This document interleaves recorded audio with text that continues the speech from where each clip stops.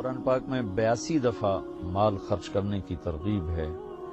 زکوٰۃ کے لفظ کے ساتھ تو فرض حکم ہے اور انفاق خرچ کرو، اس لفظ کے ساتھ عام ترغیب ہے کہ جس پر زکوٰۃ فرض نہیں وہ بھی اللہ کے نام پر خرچ کرے، کہ اللہ کو دیا ہوا واپس ملتا ہے اور اللہ اسے کئی گنا من ذا الذی یقرض اللہ قرضا حسنا فیضاعف له اضعافا کثیرا، کوئی ہے جو اللہ کو قرضہ دے اور اللہ اسے کئی گنا کر کے واپس کرے۔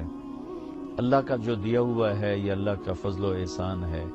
کسی انسان کی عقل تدبیر یہ اسی وقت فروٹفل ہوتی ہے جب اللہ کی تائید شامل حال ہوتی ہے، ورنہ ساری تدبیریں فیل ہو جاتی ہیں جب آسمان والے کا فیصلہ بدل جاتا ہے۔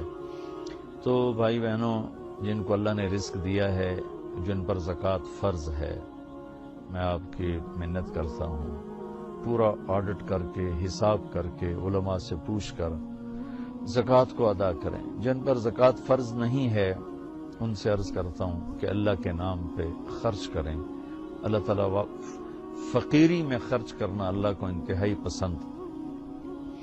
اللہ کے نبی سے پوچھا گیا سب سے بہترین صدقہ کیا ہے؟ فرمایا کہ تنگی کی حالت میں صدقہ کرنا سب سے بہترین شکل ہے۔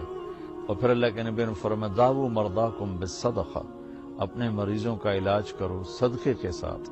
پھر آپ نے فرمایا الصدقہ تو ترد البلا، صدقہ مصیبتوں کو ٹال دیتا ہے۔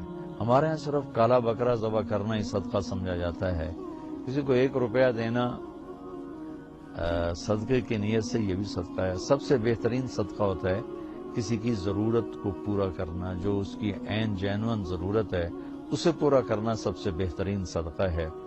باقی گوشت کا صدقہ بھی ٹھیک ہے، لیکن سب سے بہترین صدقہ ہوتا ہے جو کسی کی ضرورت کو سامنے رکھ کر دیا جائے۔